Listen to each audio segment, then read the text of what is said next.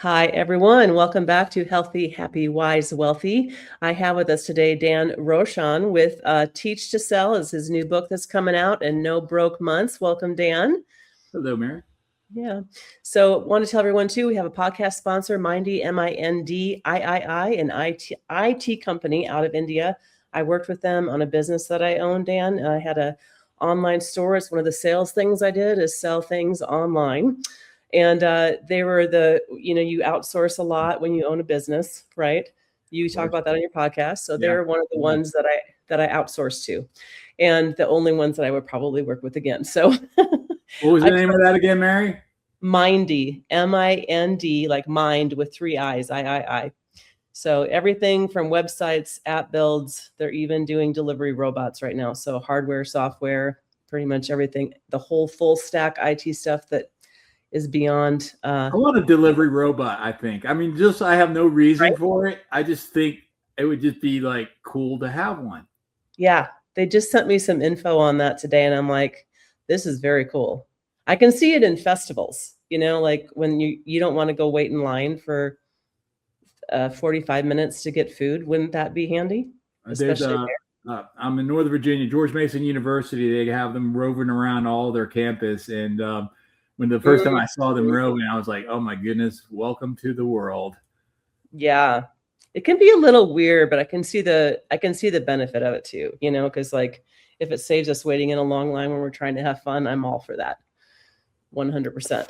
So, all right, so let's dive into you. You have, are you still with Keller Williams? I was with Keller Williams at one point as a real estate agent. I started my career in 2007 in real estate sales. Oh, gosh. And before, no kidding, right? Like the best time of the year, or best time of the not the year, but the best year of to start. Oh, yeah. And sorry to interrupt you. I was going to say I started December 2019, so I feel that pain. Yeah, no kidding. Yeah, so I started then, and then before I started in real estate sales, I was waiting tables. So I was waiting tables at one of the world-class restaurants, the Capitol Grill in DC. This was when there was like 6 locations of Capitol Grill. So this is when it was a private restaurant. So it was a lot of, cigar smoke in the back rooms and lobbyists and famous people, and made a ton of money. I hated my job. I was newly recovered addict and newly recovered alcoholic, and I'm still sober today, gratefully. And so I got my license, and I started with Keller Williams Realty. My first 6 months, I had 0 sales. My next year, I had a lot of sales. I sort of figured it out. And in month number 18, I bought the Keller Williams Realty franchise I affiliated with. And then I operated as an operating partner in that role for the next 10 years. I sold that in 2018. And I've since left Keller Williams Realty. I'm currently affiliated with eXp Realty. And the reality of whatever real estate brokerage, that somebody should consider, it's I would say don't ask what their splits are first. Ask what they're going to give you first. Understand the people you get in a relationship with, and then ask, well, what do you charge me for that? I think people sort of flip-flop the question. Yeah. Well, and I'm involved and have been my whole life, it feels like my whole life, at least adult life, even teen years, involved in sales in different capacities. And I think there's, a lot of people that are listening are entrepreneurs, they're in sales full time, or they're business owners who don't know sales. But if you're a business owner, sales is what you have to do to keep the doors open. So whatever you do. So there's a lot of things that, and even like creative people, you got a creative something that you're doing, a book, a project, and you want to, you're making something with, crocheting something, and now you want to sell it. So sales is just a part of, in a way, it's a part of life. If you're wanting to do anything to make your own income, that's not not just business though, Mary. It's also life in life. I mean, if you're married, you're in sales with your spouse. If you're dating, you're in sales to court. If you're, if you're a parent, you're in sales with your kid or your grandkid or whatever the case may be. We're all in. My definition of sales is just to ethically influence. That's all I define sales as. Ethically influence. I like that. Right. I like that definition. Yeah. I did in college. I was part of a company. I don't know if you've heard of it, called Southwestern. And so that was door-to-door sales of educational books back Do when they do coaching now by any books. chance? What's that? Do they do coaching? Do they do coaching now? That's a good question. There's a company that it may be Southwestern or something like that that has Mm, evolved from yeah. that. It may be that same company. I don't know. I've got a friend that's a coach with them. I'm not sure if that's the right name or not, but I don't know if I heard of them or not. You know, that I feel like I should know the answer to that question because I still have friends in it, but I don't recall that they have that. I know Sure. they have a lot of subsidiaries now. Yeah. But, I remember, part of their sales training, and it was really very good sales training, but it was just like what you said. It's that, and this was my, because I'm more of a psychology person than a salesperson. So I'm a psychology person that's been in sales forever. And it sounds like you do some of that too with some of your mindset, the neuro-linguistic programming and that kind of thing. Yeah, really. So if you're looking at like any business, I would subscribe any business into 4 pillars. So if you can imagine building a business, and you can imagine like the root of it would be, believing in yourself. So that would be like the foundation, the basement. And then Mm-hmm. above that would be, first floor would be lead generation. Okay, so now that you believe in yourself, now you have to understand how to find business and where to find it. Then it would be organization building on top of that. So the second story would be, to be able to get the support and the systems to support you to scale, because you'll run out of time otherwise.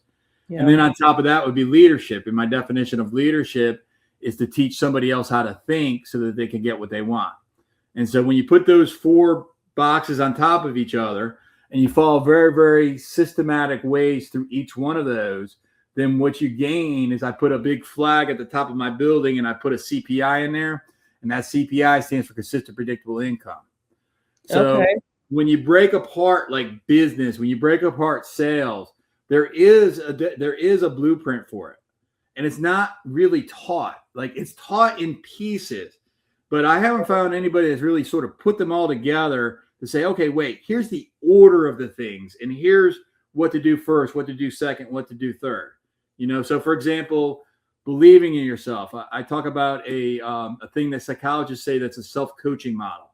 And so that means that this is the way this is the way your life happens. You have a circumstance that you observe through your senses, your 5 senses, and then you sort of scrub it. Like, you can only hear 44 bits of data per instant out of 11.2 million options.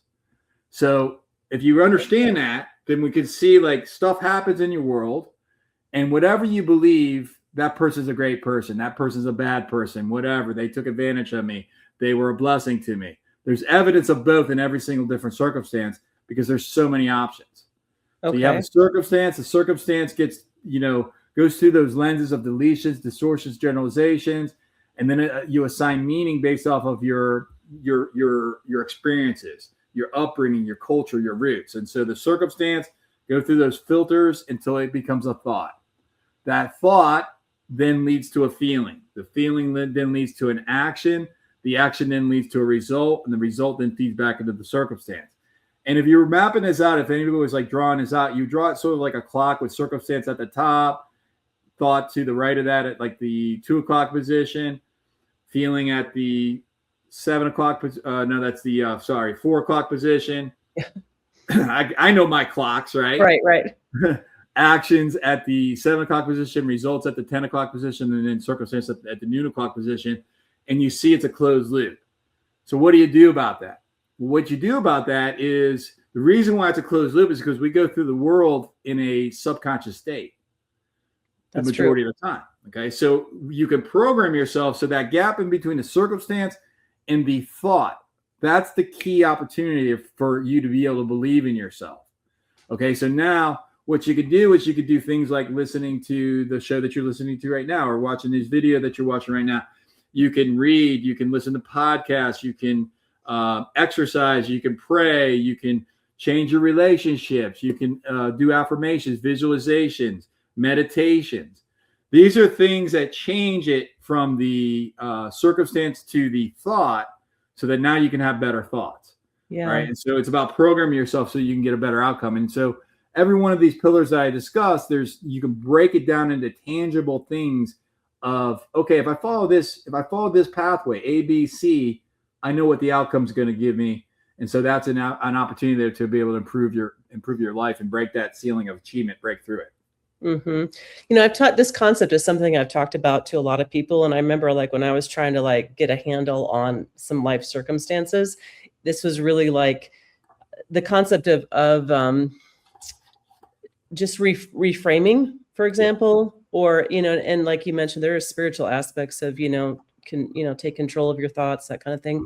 But there's that becoming aware of your thoughts is something that's talked about more than practiced. It does take a long time to realize you're going, yeah, my circumstances actually aren't great, for example.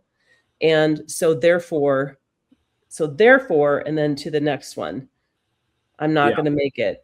This is disaster. Like, this is like whatever it is, but it's usually a very negative thought. So that in between, like, and that's what you're talking about, right? Just going from circumstance to the next thing. I'll give you a little hack. Like, here's a hack that we all have a natural alarm clock. I used to take my phone out. Where's my phone? My phone's somewhere here. Oh, there's my phone, right where I left it. So I used to take my phone out and I used to put an alarm in there 5 or 6 times a day to remind me to do this activity. But then I realized that didn't work because the alarm would go off and I'm hanging out with Mary. I can't pay attention to my alarm right now. Yeah. And so what the alarm was designed to do was to prompt me to ask myself 3 questions. What am I thinking? What am I feeling? What am I about to do? In that order. And it has to be in that order because that's the same order as the self-coaching model that I just described to you. Okay. So it goes from circumstance to thoughts to feelings to actions to results. And so what am I thinking? What am I feeling? What am I about to do? When you can program yourself to ask yourself that question 5 to 6 times a day, you will begin to noticing thoughts that are not serving you. And then you can alter it. So because it doesn't work, at least for me, to program into my phone with an alarm, what's a natural alarm that we all have 5 or 6 times a day? Being hungry.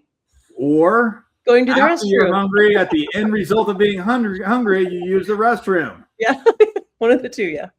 Okay. All right. So when you wash your hands, second guess. Yeah. That should be an anchor. Where that water hits your hands, that's an anchor to remind you to say, ask yourself, what am I thinking? What am I feeling? What am I about to do? All right. So now I just gave you an anchor and I gave you a natural alarm clock that when you just follow that one step right there, you could change your life. Guaranteed. So say it again. What am I thinking? What am I feeling? What am I feeling? What am I about to do? What am I about to do? So feeling is second. Because in the thing, feeling kind of goes third, but in this part, it's second.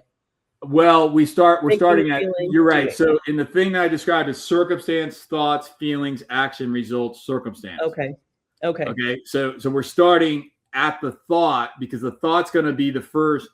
Your feelings and your thoughts, by the way, are sort of like a barometer or a thermometer. They're a measuring stick. Okay. Like it's a measurement. So when you're feeling great, that's a measurement of you're having great thoughts. When you're having great thoughts, that's a measurement of you're in a great circumstance. Yeah. When you're having crappy thoughts and crappy feelings, it's a measurement that you're in a crappy circumstance. That's all that is, right? So the first measurement, the first measuring tool is your thoughts. So that's where you say, okay, well, that's the first, like if I'm having bad thoughts, then okay, what's going on in my circumstances causing me to have bad thoughts? Then now how can I reframe that? Because there's 40 or 50 bits of data out of 11.2 million options. There's also another 40 or 50 bits of data. If I'm not thinking well, right? If I'm being a victim, if I'm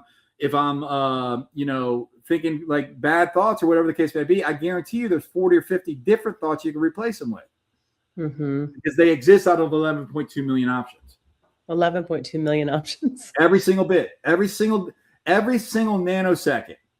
Right? Like right now, if you're watching this right now, I guarantee you I can control what you're thinking about. And if you don't believe it, I want everybody right now listening to me to think about your big right toe. Now wiggle it. Mm-hmm. Now you may not be wiggling it, but I guarantee you're thinking about your big right toe. Well, that's one of 11.2 million options I could point out to you. Yeah. If I want to sit there and say, you know what, your best friend who just stood you up, right, didn't show up when she said she would. Well, there's all these negative things I could say about that. But Yeah. guess what? I could also reframe it to say, you know what, I love her. She's been my friend forever. She's always showed up. And, and this time it just didn't work out, and that's okay. How can I help her? Right? You can reframe it if you find yourself thinking those negative thoughts. Yeah. So with this, what do you think of, because I've had some interesting experiences in sales, and some of the experiences are really negative sales managers, like excessively negative, as they talk about being positive. Have you seen that? What are your thoughts on? You suck, do better. Be positive. I do call it toxic positivity, because I've seen it in sales, and it is a saying that you're not allowed to feel a negative emotion. If you do, you're subpar, you're lesser than, and they don't exist. So if you're having problems, it's your fault. I think what you're teaching, which is so good, can in some way get turned into a thing that becomes abusive. It just becomes flat out abusive. So I don't know do you have thoughts on that? Yeah, I do. So what I just taught you was a tool to help you with your second thought. Okay. Because we can all edit our second thought. So what you just described, Mary, is, well, if you have a bad first thought, then you're bad and wrong, and you shouldn't have a bad first thought. Okay. So what I just gave you was a tool to be able to identify a bad first thought and then edit it. Yeah. To be able to do that, I'm giving you an awareness tool, because you really can't do it unless you're aware of it. Once you become aware of it, now you have a choice. Mm-hmm. Now, if you want to edit the first thought, you can do that also, because we walk through life in a subconscious state, and we're able to program ourselves consciously. So that's when you sit there and you say, I'm going to choose different, and I already mentioned it, like different, I'm going to pray, different relationships, exercise, meditation, affirmations, visualizations, reading, etc. Right? That's about changing your first thought. That's about programming yourself. Now that's not an immediate thing. That changes through time. And then what you'll recognize is as you develop that you'll recognize that you'll end up with better, you'll train yourself to have better first thoughts in the first place. Yeah. Yeah. No, I think there's so much to that. And I also think salespeople are the ones that really feel it the most. And I don't know if you've noticed in different organizations, I don't think like the staff people necessarily understand sales. Sales don't necessarily understand staff. No one understands leadership, and everyone doesn't like each other. So there's and talks bad about each other. And I've been in all the positions, so sure. There is something in sales in and of itself where it is an energy transfer. So you might have the best product for a person, but if you are presenting yourself if your internal energy, your internal thoughts, all these things you're talking about are not in line with the energy isn't there, and they just say no, and they don't know why. At the same time, they don't know that they need it, but your energy is there, and they say yes, and they don't know why. I feel like there's so much of sales, and it could be all of human interaction, has so much to do with, I'm so excited about this, and so you're going to be too. Or I am pretending to be excited about this because I need you to say yes.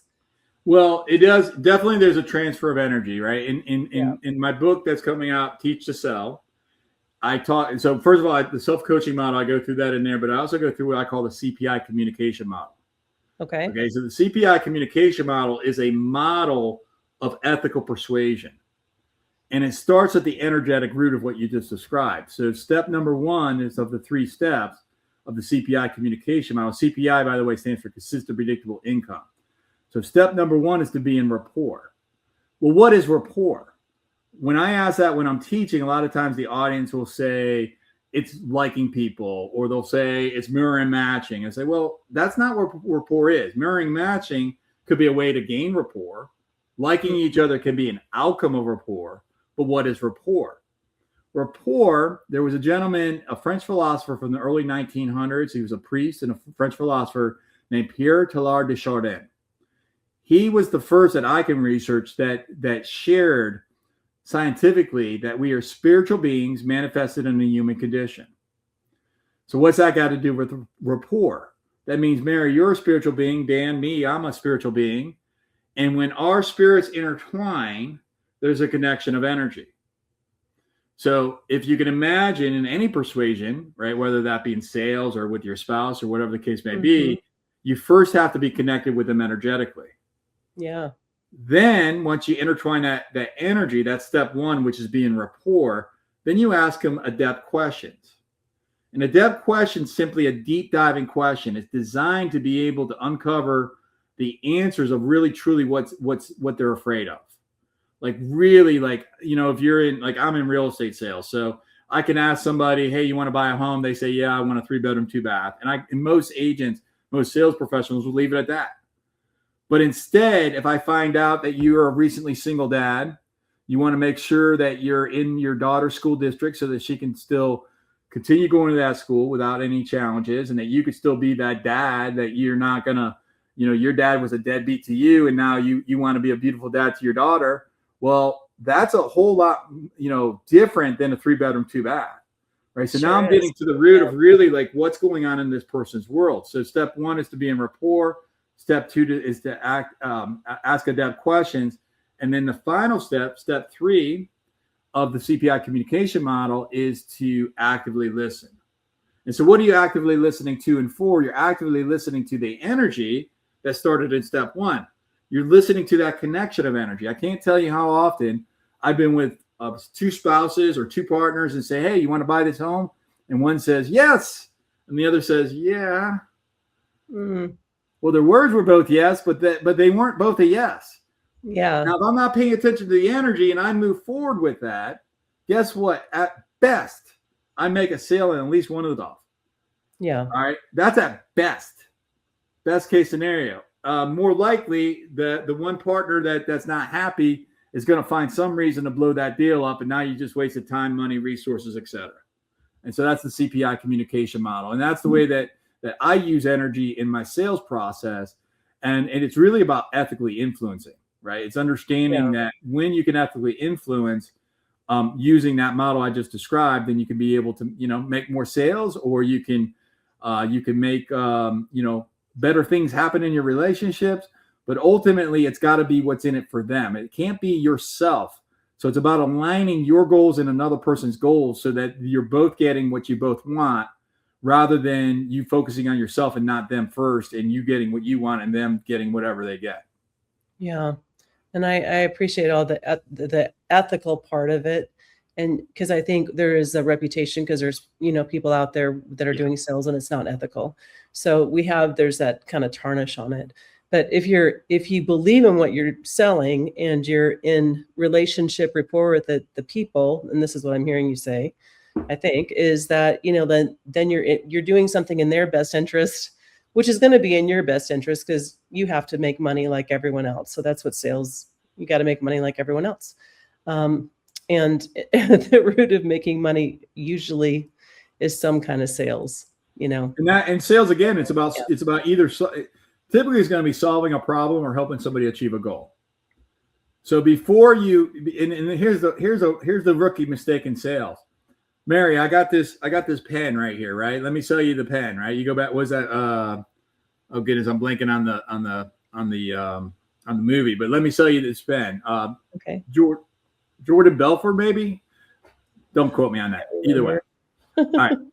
But normally a salesperson will start selling the pen without asking, Mary, what do you need? So what has to happen is I've got to identify a problem, or I have to identify a pain. A problem or a desire, rather. Excuse me, a pain or desire.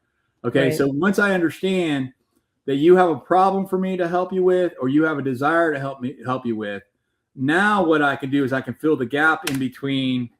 If your problem is that you've been trying to memorize this conversation right now, and you don't have your phone, so you can't type it on your phone, you can't type it on your computer, and you just have to remember it. You need a tool to be able to help transcribe this. So absent technology, maybe that tool could be a pen. Yeah. So now I know that there's a need that's available, but I have to identify the need first. Right. And now I talk about the need, and now I say, okay, well, guess what? I've got a solution to your problem. When you buy this pen, you'll now be able to take notes, and you'll be able to do so for the next couple months until the ink runs out, and then you have to buy another pen. So come to me for my recurring policy. That's right. That's right. Okay, I want to go back. I want to go through all your levels in your book, but going back to level 1. So for salespeople, it just like you wake up in the morning, you're at 0, for the week, the month, the year, whatever you're at. You have this big hill ahead of you. There's not a consistent paycheck coming in, and this could be for business owners also, in any of those things. Is there, and the phone isn't ringing, it's quiet. If you're working from home, it's quiet. There's a lot of things that can, I think, that are emotionally a little heavier than people realize who aren't doing it. But for that, like, is there things in the morning that you've done, or just habits? I know the thought taking, your thoughts and making sure that you're reframing and, everything, and saying something positive to yourself. Anything else that I work every morning? Yeah, I want to talk a little bit more about that. But one thing I do specifically in the morning and in the evenings, I personally have this recurring dialogue that's deep in my subconscious that I'm not worthy. And so, and that may be something that many people may, align with, and maybe you may not admit it, but, if you really looked at it, there's some sort of version of that in a lot of us. Yeah. And so every morning I write down, today I will be worthy. And then I write down 3 things that are either my intentions, or 3 things that are my strengths, or 3 things that I can do to love somebody else. And then I finish with, today I'll be worthy. When I go to bed at night, I say, today I was worthy. And then I write down 3 things that I did good that day, to be able to provide somebody, to be able to love on somebody, to be able to help somebody. And so then I finish it, tomorrow I will be worthy as well. And so that's one little thing that I do. And it makes a big difference for me, because it goes back into programming that subconscious. Because if I have this deep rooted thing that happened to, my name is Dan Rochon. When I was 5 years old, I was Danny Rochon. Okay. So when that Danny, something happened to him that, stayed with him the rest of Dan's life. And so, and it's so freaking deep rooted in me, I can't even really see it, but I know it's there.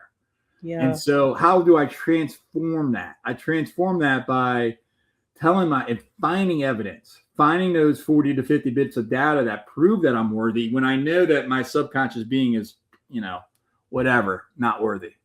I feel like that's so deeply profound. And I've not heard of it as you just described it. I think that's very valuable. I am wanting this whole time to reach for my pen and furiously write down notes, and remembering that I can't do that right now because I need to be listening. And so if you're listening to this, and if you're really looking for the notes, I'm just saying, I think that maybe there's a way that you could maybe get all that. I'll get you a copy of this, and then you skip the notes. That'd be great. There is the Teach to Sell. So make sure you get your copy of Teach to Sell. This is so good. And they can get it at teachtosellbook.com, by the way. Okay. teachtosellbook.com. All right. I think, with my background in psychology, I have a, major in psychology that didn't go further than that, but a deep interest in it, lifelong interest in that I really feel like everyone believes one of 2 lies. One is that we're not worthy. The other is we're not lovable. At some level, I feel like that is everyone's. Some people are so sociopathic. We're not going to even go there. But for normal people, I feel like those are the 2 things in one way or the other that we're believing. So you just address that. And I'm sure if it's like, I'm not lovable, then there's an easy way you could do the same thing. Well, let me tell you, and I'm going back to the book, right? Just real quick. I wrote the book using a hero's journey. Okay. So in a hero's journey, there's an antagonist, there's a protagonist, and there's a villain, right? So there's a villain. The villain in the book is not good enough. All right. The hero of the book is the reader. The guide in the book is the actual book or the author, myself. Okay. And so the book is written to be able to address through the entire frameworks of those four, pillars of belief, lead generation, organization building, leadership. Revolving around on that is, and here's how you could be able to have consistent, predictable income in spite of that not good enough. Whether that be my knowledge isn't good enough, or my business card isn't good enough, my website's not good enough, my product's not good enough, or the worst one is I'm not good enough. Ooh, yeah. Wow. This is really good. I am grateful, as someone who has lived life around so many salespeople, to have someone who's talking about it in the realm of what you're, talking about it in. Be Thank authentic, have good self-talk, and life is life. So like, you're out here trying to build a business or doing sales and or living your life the best you can, and you're still dealing with crap. Like, you've been abused, you've had a horrible something go down, a car wreck, or you lost a loved one. Life is going on in the middle of, it's not separate, it's in the middle of it. And so this becomes even more important as you deal with real life stuff that, is super hard, and you still are here having to make a living. And hopefully so excited about it. But like, managing all that together is just real life. Yeah, Meyer, I want to say one thing, because you asked, I meant to expand on this as well, about that salesperson who's waking up and they don't really have anything in the pipeline and they have no closings, whatever the case may be. Like, what do they do? So I gave you some of the mindset, hacks, right? But let me give you something that's like more tactical that you could do today, which is, when I started in sales, at least as I was at waiting tables. I was technically in sales my entire life. I was selling bubble gum. My first business got shut down by my fourth grade principal, because I would go and buy a pack of 10 of those blow bubble gums for 50 cents, and I'd sell them for a quarter piece. And apparently he was not a capitalist, and I didn't appreciate that about him, but that's another conversation. That's awesome. That business got shut down. But anyway, so if you're in a position right now that you're not getting what you want to get, the best advice I have for you is to have a blind faith. So that when I started in real estate sales in 2007, I had a blind faith. So what did I do? I opened up a book, and in fact, so here's the book that I opened up right here, right? This is actually signed by two of the authors. One of them tragically passed away, and I met him for lunch one day. But anyway, so in this book is a book about real estate sales. And in the back of the book, there's a bunch of really, really successful real estate agents, some of which are still in business today. And about half of the people in the back of this book, I'm friends with today. Oh. I read this book and I said to myself, I don't have any business. I don't have anything. So who's done this in front of me? And what did they do? And so I studied them and I emulated them. I gave them a call. I gave people a call. I was licensed for 1 week. I'm giving the top performers in the world a phone call. Hey, my name's Dan Rochon. Can you have 5 minutes of your time? And most of them gave it to me. Wow. And not only did I read the book, but I also asked them, I said, well, here's where I am. Here's my experience. What would you do? And so I derived a faith from them. And that's what I call a blind faith. Because I knew if Mike Mendoza, who's a friend of mine, is in the back of this book, if Mike in Arizona, if Mike can have success, so can Dan. Yeah. Okay. Now, it may be a little bit different because Mike has different personalities, different resources. But if I talk to Chris Cormack, who's local to me in the back of that book, and I talk to Mike Mendoza, and I talk to Russell Shaw, and I talk to whoever else in the back of this book, and I find where's the commonalities in these people that I can do. Now all I have to do is do what they did. And I can have blind faith that I'll have what they got. Yeah. That blind faith for me has transformed to an absolute faith. So when I had nothing, I had to rely on somebody else for their experience.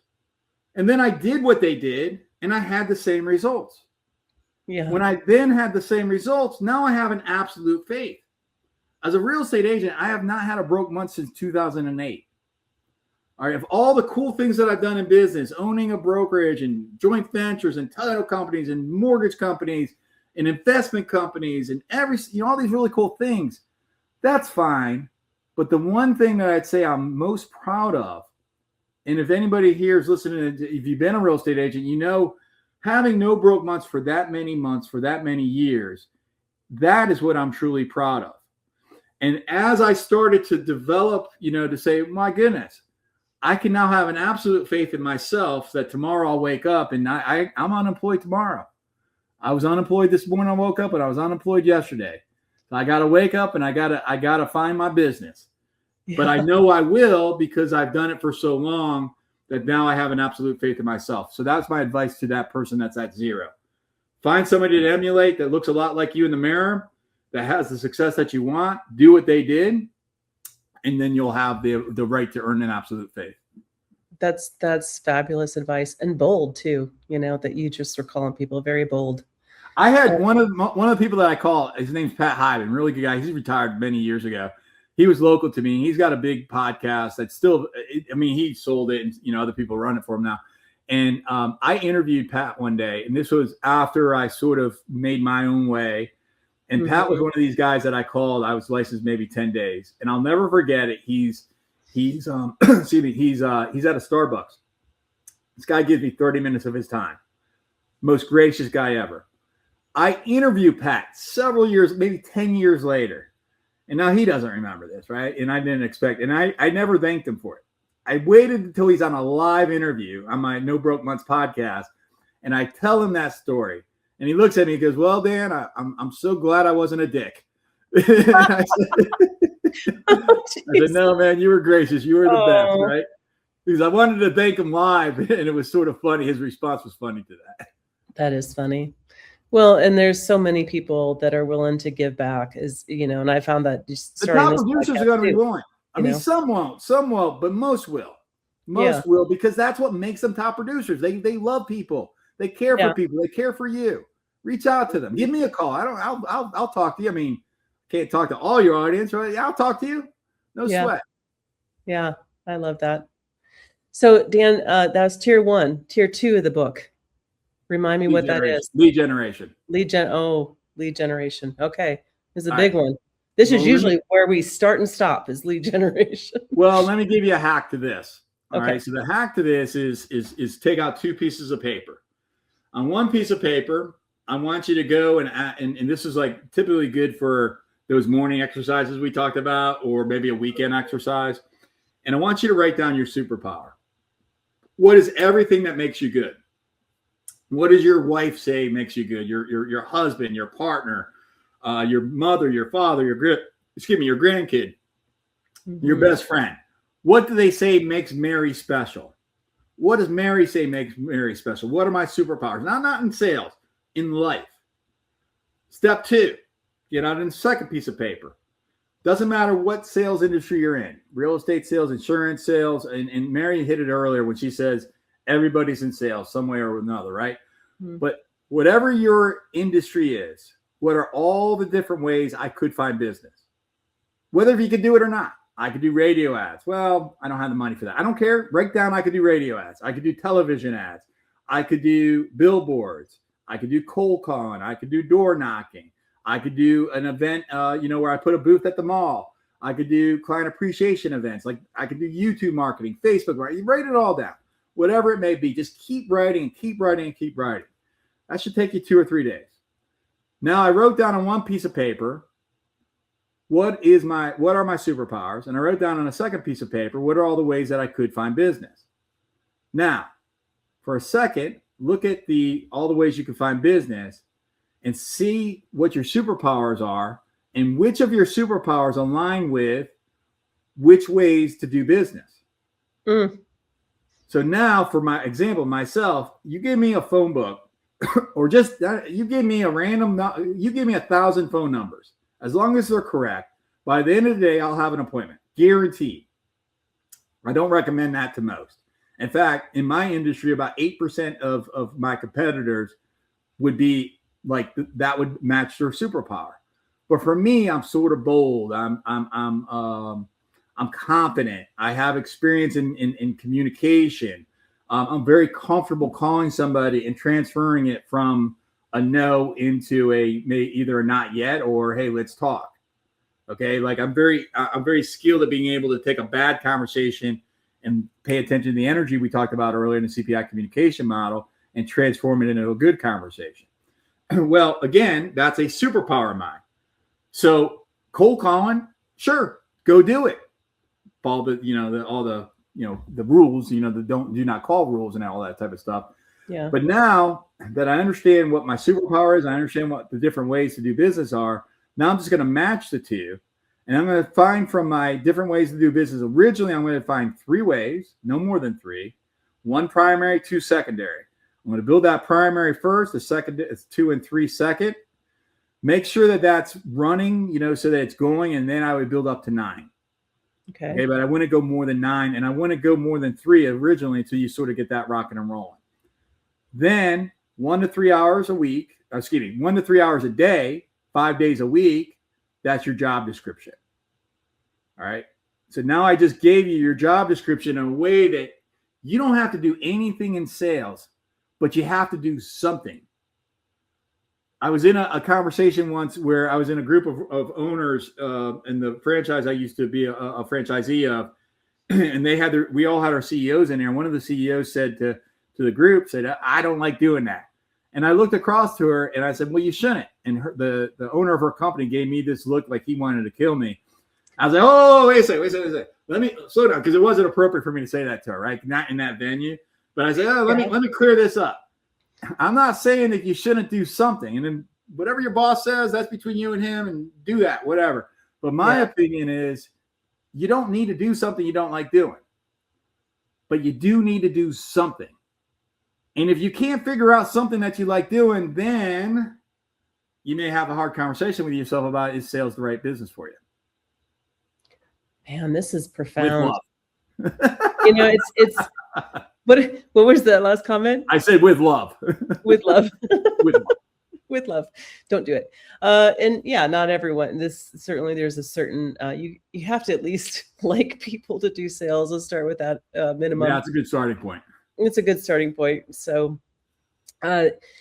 since I think probably this might be stage 4, but my mind is going there. So in so many sales organizations across the board, it's like, this is the way we make sales. This is the way we make sales.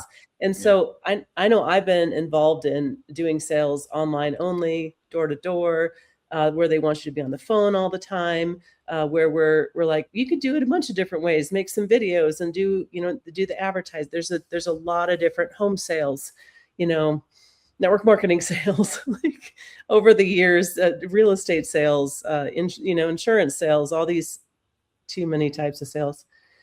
But there's more there, like you're saying, there is more than one way to do it. But what would you say to leadership who's like, this is the way we've done it since the early 90s, which is usually how you hear it. But I don't, it's hard to give advice on that, because everything is, in context. So I just want to give that as a precursor. I would say for the person that's choosing to be a part of that organization, so not necessarily for the leader, and I do have advice for the leader as well, but for the person choosing to be a part of that organization, I ask them, do you like chocolate chip cookies or do you like sugar cookies? And the reason why I say that is because I love cookies. I shouldn't. I'm a diabetic, right? But I love cookies. And so I'm just telling you, right? Yeah. I prefer a chocolate chip cookie. But you give me a sugar cookie, I'll eat it all day long. And so what I mean by that is, if I gave you a chocolate chip cookie recipe, I can tell you exactly 3/4 brown sugar, 3/4 white sugar, 2 eggs, some vanilla, some butter, some flour, some baking soda, some salt. Mix it all up, throw some chocolate chips in it, 350 for 8 to 10 minutes, and you're going to have a warm, gooey chocolate chip cookie.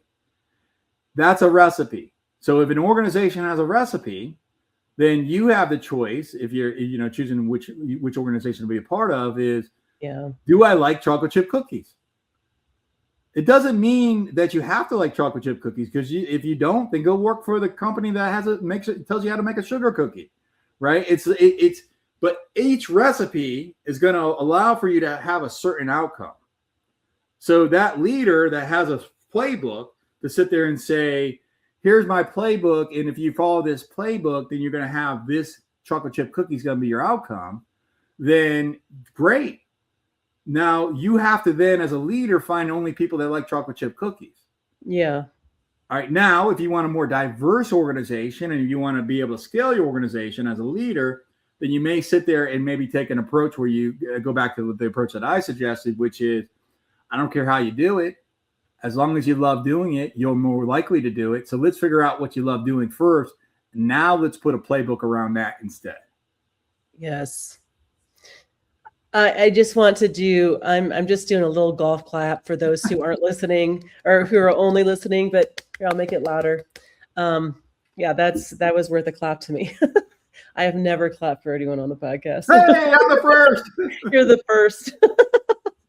No, that's so, I don't know why this is revolutionary to me, but like you said, put all your skills, what everyone says you're good at, what you think you're good at on one sheet of paper, and every single possible way to make a sale, to do lead gen on another piece of paper and see what lines up. How simple and brilliant is that? So I love that. I'm going to probably do that today. Let's do it. All right. So the next tier in your book, the level 3, tier 3. Organization building. Building an organization. Okay. Why would you want to build an organization? So once you believe in yourself and then you know how to find business, and we already discussed that. Now, is that enough? Well, it could be. You could make a living doing that, and you could make a very good living doing that without ever hiring somebody, without getting any systems. But at some point, you're going to hit a very, very thick ceiling of achievement. And that thick ceiling of achievement is called time. Okay, because we have certain assets in life. We have our health, we have our spirit, we have, in the business context, primarily, well, health and spirit too, but primarily time and money. Okay, so at some point, if I'm sitting there hustling, and let's say I'm banging out the phones like I did, 15 years ago, I don't do that as often today. I do it from time to time, but not that often, because I've been able to develop a great team of people around me.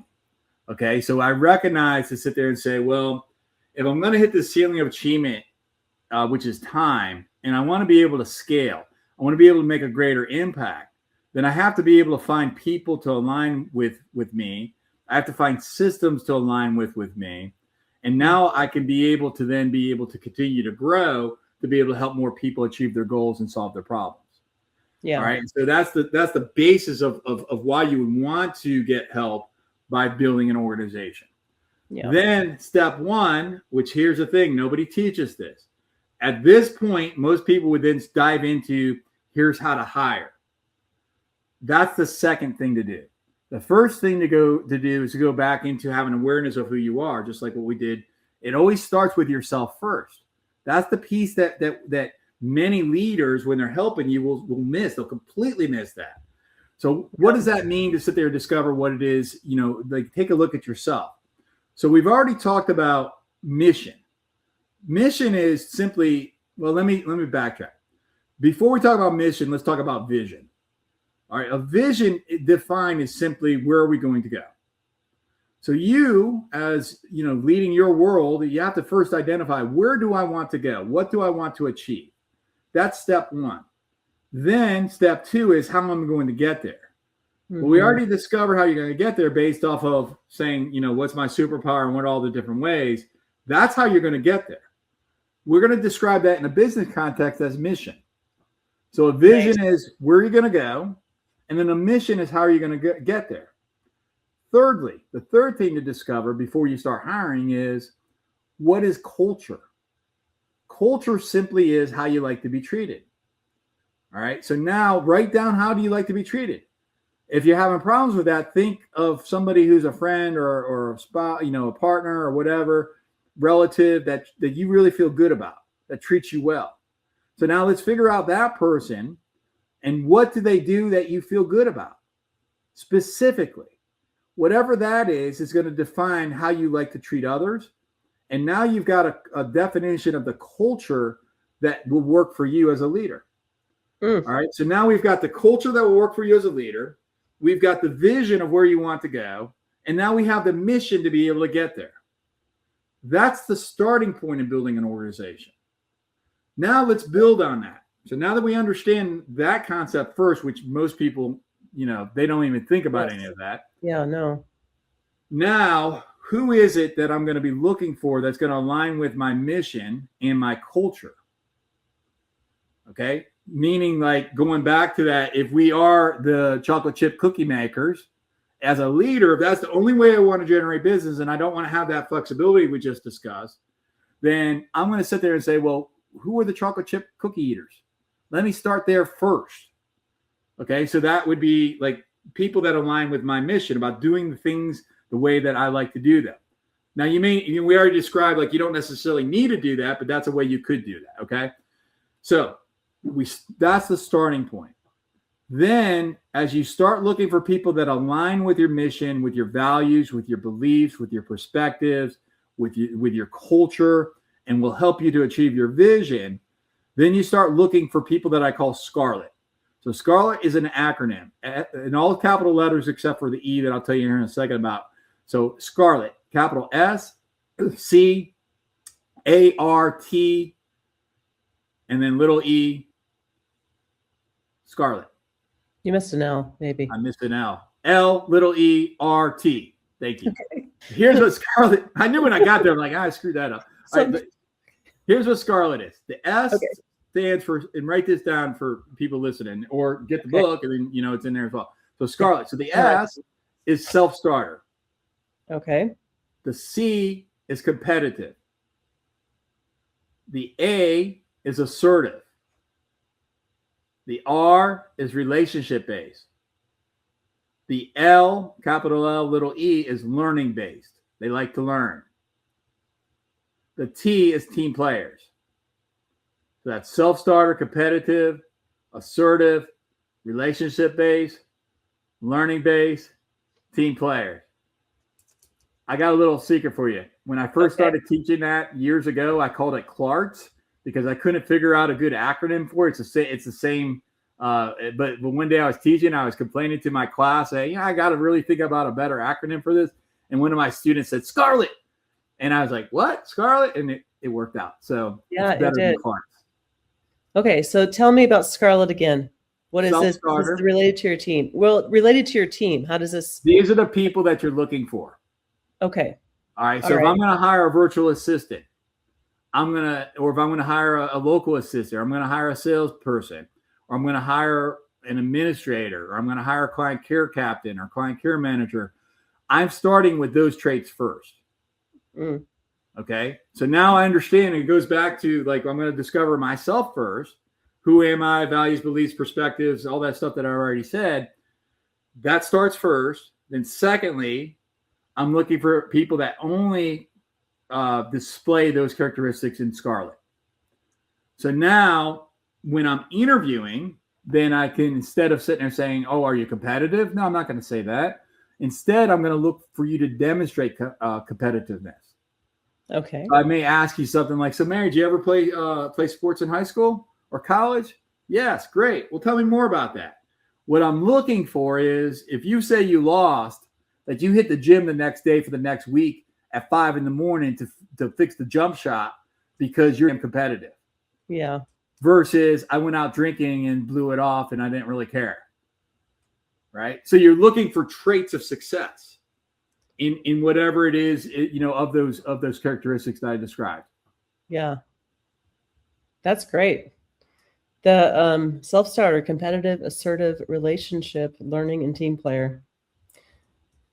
And being assertive and being, relationship driven sometimes is an interesting mix. It can be, but you can be assertive and relate with others. And that's understanding. So behavior is just there. I believe, and there's some neuroscience around this, that there are nothing. So we talk about strengths and we talk about weaknesses. Right. I believe there are no strengths and there are no weaknesses. There's only behavior. Okay. The behavior, when it serves you and serves others, shows up as a strength. The same behavior can show up as something that does not serve you and does not serve others. And if that's the case, it shows up as a weakness. Same behavior. So take dominance, for example, or assertiveness, rather. Excuse me. Take assertiveness. You could be extraordinarily assertive, and that could be a strength that can relate well with other people. But that same characteristic can also be a weakness. So it's about having an emotional understanding of yourself to sit there and say, well, if I'm going to be assertive, I'm being assertive in a way that I can serve other people. Okay. And if I can serve other people, then I can also relate with other people. And if I begin to relate with other people, now I can check both those boxes off. Yeah. Yeah, that's good. And I think probably where some people go wrong if they're salespeople is turning the assertiveness into a dominance. I heard you say that a little bit, and I'm like, yeah, I've experienced it so much that I'm like, I just had to say it. But you got to make sure you're keeping your spirit, soul in check, too. So you have to be in rapport with the other person. You have to be spiritually connected with them. You have to be energetically connected with them. When you do that, you can pretty much show up with any behavior you want to show up with, as long as you're coming from a good, a place of goodness. Okay, so I could still be dominating if you and I are connected in rapport, because when we're connected in rapport and our energy is connected, you're going to trust me. That's true. That's true. Right? And so sometimes I appreciate it in different situations. Yeah. And by the way, an example of being dominating isn't necessarily the one that's going to be like a jerk, right? Like how do you control a conversation versus how do you dominate a conversation, right? Like one is asking questions. The other is talk. Mm-hmm. But both can guide a conversation, right? So I can still have that assertiveness, but instead of saying, hey, here's what we're going to do. You're going to do A, you're going to do B, you're going to do C, you're going to do D. Here's what we're going to do. I can say, no. Well, let me ask you a question, Mary. If we did A, what would that look like in your world? I'm still being assertive. I'm just showing up differently. One's very respectful and partnering. The other, you are gonna sort of, push people away. Yeah, for sure. Yeah, this is great info. Did we go through all the tiers? Leadership. Leadership Okay. We talked about leadership a little bit. So to tell you the four again: belief is your foundation, lead generation is your first floor, organization building is your second floor. Your third floor is leadership. And then if you put a little flag on top of that building, we put a little CPI on that flag, and that CPI stands for consistent predictable income. Okay. Leadership, if you get one thing about leadership, and we talked a lot about leadership during this conversation, and I've even said this, but I want to repeat it because it's worth repeating. The definition that I give leadership is to teach somebody else how to think so that they can get what they want. All right. It's still about the other person. All right. So when you're able to put the right people on the bus, those Navy SEALs that when you're able to lead great people, it's easier. It's not that hard to lead Navy SEALs once they become SEALs. My goodness, there's not a better military, team in the world, right? Sure. It's hard. I'm not saying those commanders or whatever. Like, I'm not saying that they're not doing a great job of leading, but it would be a lot. But you could take that same leader, a leader of Navy SEALs, and put them into like a normal room in business, and they're going to struggle because they're leading average people. Okay, so the key to leadership really rests in your organization building, which we went through extensively. When you're able to be in business with the right people, leading becomes relatively easy. Leading just becomes serving those that you lead so they can get what they want. That's all it is.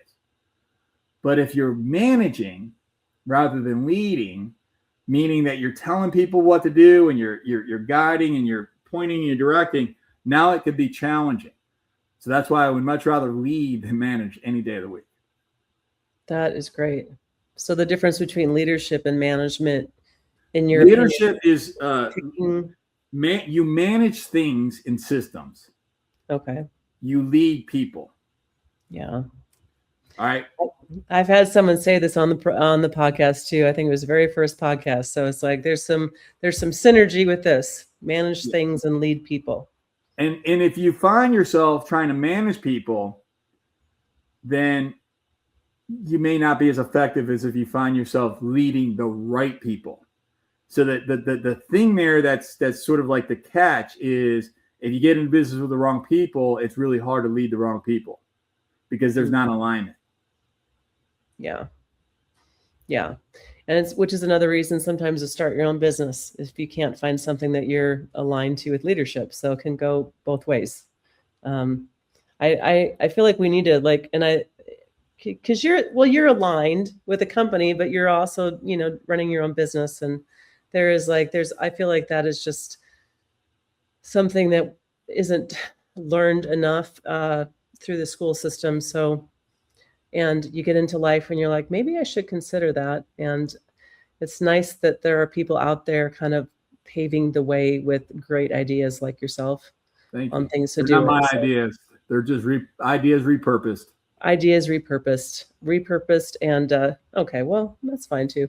Ideas repurposed and sent into the world, but I've not heard of them, so I appreciate. Here's my idea. Here's my idea about ideas. I'm not naive enough. If I think that I have a brilliant idea, the first thing that I do is I study to say who had this idea before me.